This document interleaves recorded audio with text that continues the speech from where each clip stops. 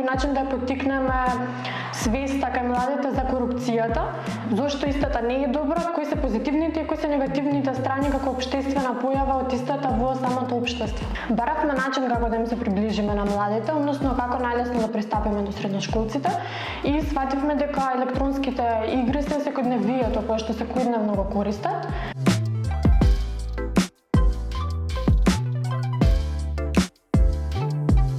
Ако бидам реален, со една игра не може да се спречи корупција, но може, пример, еден од 100 учесници ако изигра играта да му текне во некој момент, така има некои последици од тоа што го направи.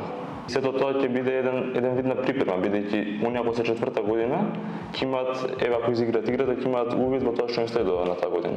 Ние се надеваме дека училиштата ќе понудат можност играта да се изигра.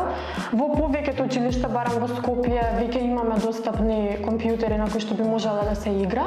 Играта нуди повеќе завршетоци, односно немаме еден идентичен крај. Врз база на одлуките кои што ги носи секој играч, се одредува крајот и крајот варира. Дали ученикот ќе добие стипендијата, ќе остане без стипендија, ќе добие стипендијата на корумпативен начин кој што подоцна носи некои недостатоци кои што го пратат во животот. Кој ќе успее, кој нема да успее, ќе биде приказната на крај.